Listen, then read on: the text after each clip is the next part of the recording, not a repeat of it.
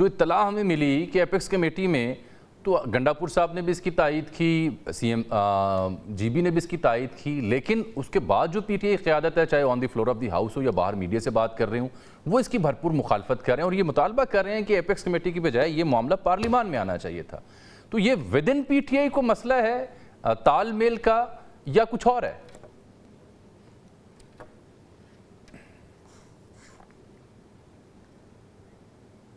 अमीर साहब अपना माइक ऑन कर लीजिएगा, प्रॉबेबली इट्स म्यूट। जी जी जी आवाज आ रही है? बिल्कुल सुन रहा हूं। देखिए जामी साहब, गंडापुर साहब चीफ मिनिस्टर हैं एक सूबे के, और एमएनएज और सेनेटर्स वो हिस्सा है मुकन्नना के। बिल्कुल। गंडापुर साहब है इस वक्त इंतजामिया से, सही, ये है लेजिस्लेचर। अगर हम ये कॉन्सेप्ट मान लें कि चूंकि हमने गंडापुर साहब को ब्रीफ कर दिया तो अब मुकन्नना को हमसे सवाल करने का हक नहीं है। जो पीटीआई कौमी असेंबली में मौजूद है या सेनेट में मौजूद है, वो पीटीआई या सुन्नी इत्तेहाद या एक जमात नहीं है, वो मुकन्नना है। अगर एक बिल कौमी असेंबली में आता है तो फिर उसको सेनेट में भेजने की क्या जरूरत पड़ती है? नहीं, रैशनल तो आपका तगड़ा है, लेकिन बात यह है कि ये गंडापुर साहब जो हैं ये फिर वहां एपेक्स कमेटी में भी इन इख्तलाफात का इजहार करते हैं ना, बाहर आके बताते कि मैं मुझसे बात की गई और मैंने कहा नहीं ऐसे नहीं हो सकता।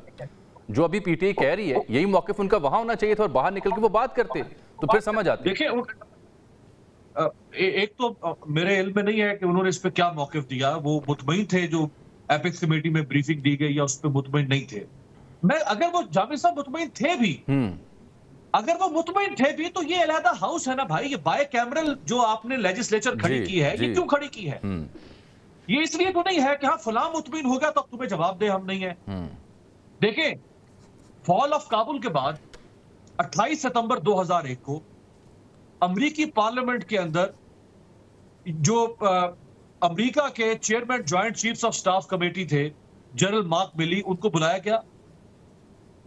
यूएस सेंट्रल कमांड के जो कमांडर थे जो कि मिडिल ईस्ट में डिप्लॉयड थे, लेकिन वो अमेरिकन ट्रूप्स के विड्रॉल की जिम्मेदारी उन पर थी, general Frank McKenzie, Kenneth McKenzie, उनको बुलाया गया और उसको लाइव ब्रॉडकास्ट किया गया।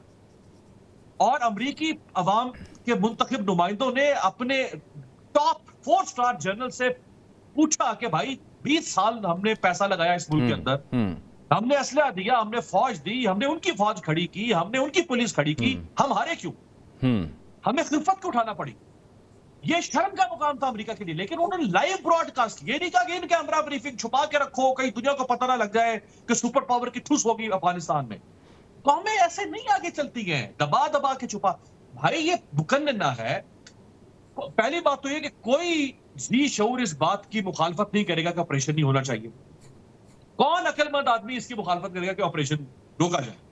हम सब चाहते हैं कि हमें तो अमीर साहब अब तो चाइनीज कह रहे हैं ना, चाइनीज कह रहे हैं, चाइनीज को भी सिक्योरिटी कंसर्न है, उनके बंदे मर रहे हैं। सीपैक का पहला फेज हुआ, दूसरे फेज में सुसरवी है, उनके बंदे मर रहे हैं। वो जब आए एक छत के नीचे हमारी सारी सियासी क़यादत तो बैठ गई कि सीपैक और चीन के साथ तो हम एक नुक्ते पर हैं, लेकिन वो कह के गए कि इंटरनल सिक्योरिटी जो है उससे मशरूत है आपकी ग्रोथ।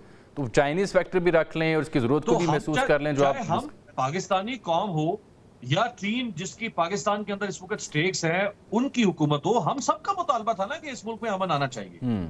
लेकिन आप इसको ड्यूबियस क्यों रख रहे हैं? कंसीलमेंट क्यों करने की कोशिश कर रहे हैं? आप अगर पब्लिकली पार्लियामेंट में ओपन डिबेट नहीं हो सकती इस ऑपरेशन के ऊपर, तो आप कम से कम इन कैमरा ब्रीफिंग ही दे दें। बिल्कुल ठीक। ये लोगों के मुंतखब। अच्छा, वैसे ये इन कैमरा ब्रीफिंग अमीर आपको भी याद होगा, इससे पहले जो ऐसे कोई ऑपरेशंस या ऐसे प्लान्स होते थे उसमें इन कैमरा ब्रीफिंग होती थी, not only for the parliamentarians और for all other political leadership, बल्कि इंटेलेक्चुअल्स के लिए भी, इंटेलिजेंशिया के लिए भी, जर्नलिज्म के लिए भी हुआ करती थी। अब भी इतला यह है कि शायद हूँ, लेकिन फैसले के बाद हो रही हैं, ये फ़र्क है। बगैर साहब, वक़ार साहब, मैं आपसे बात करना चाह रहा हूँ। अब ये जो असद कैसर साहब कह रहे हैं कि माजी के ऑपरेशन से क्या निकला जो इस ऑपरेशन की ज़रूरत है, ये बड़ा अहम सवाल है। इसको कैसे जस्टिफाई करती है स्टेट?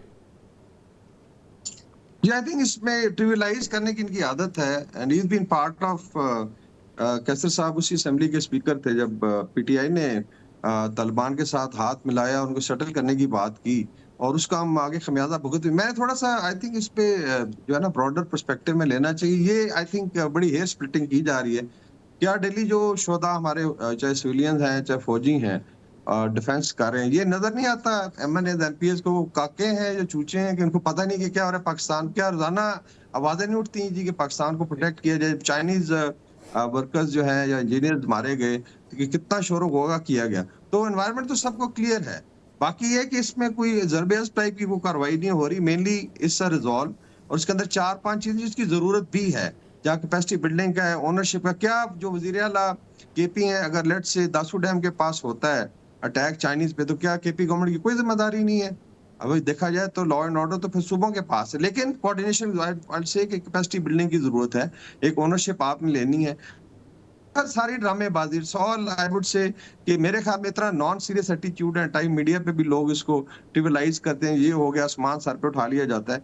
बात ये है कि इस वक्त you have to decide basically कि पाकिस्तान को अगर आपने सिक्योर करना है, अभी चाइनीज इन्वेस्टमेंट CPEC 2 लॉन्च होना है, और डेफिनेटली उन्होंने भी कोई एश्योरेंसेस मांगी है कि जी आप करके दिखाएं, और उस पर लगे हुए हैं। बाकी स्नीक अटैक्स होंगे, देखें अभी रिपेट्रिएशन हो रही है अफगान, उस पर बड़ा शोर होगा किया जाए। इवन इमरान खान ने कहा जेल से कि जी बड़ा गलत किया। जस्ट इमेजिन के 50 लाख इलीगल, उसमें से I think 2 million illegal Afghan को आप लेके बैठे हुए हैं जो अपनी मर्जी से, because of occupation of Afghanistan है, हमारा तो कसूर भी नहीं है इसमें। 2 ऑक्यूपेशन उसी की है ना, सारी एक्सोडस जो है। 30 लाख जो है, मतलब 50 लाख अफगान का मतलब है कि यूरोप में कई ममालिक जिनकी इतनी आबादी नहीं, पूरा एक मुल्क संभाला हुआ आपने, और आप उसको लेट्स से लुक आफ्टर कर रहे हैं। बड़ा बोझ है उसके ऊपर पाकिस्तान पे।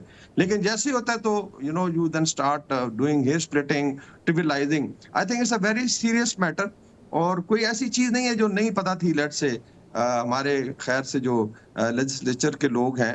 बाकी उनके साथ आई एम श्योर डिस्कशन होंगी, और सब बेसिकली इसको ट्विस्टिंग कर रही है। मैं देख रहा था सेनेटर जो आई थिंक जमात इस्लामी के, उन्होंने भी अजीबोगरीब बातचीत वहां पे की। This is very very unfortunate, serious matter है। क्या पाकिस्तान को सिक्योरिटी की जरूरत नहीं है? और इसके अंदर आई थिंक ये 3-4 चीजें ऑलरेडी हो रही थी, सिर्फ इसको बेहतर बनाया जाएगा। क्या इंटेलिजेंस बेस्ड ऑपरेशन पिछले 2-3 साल से नहीं हो रहे?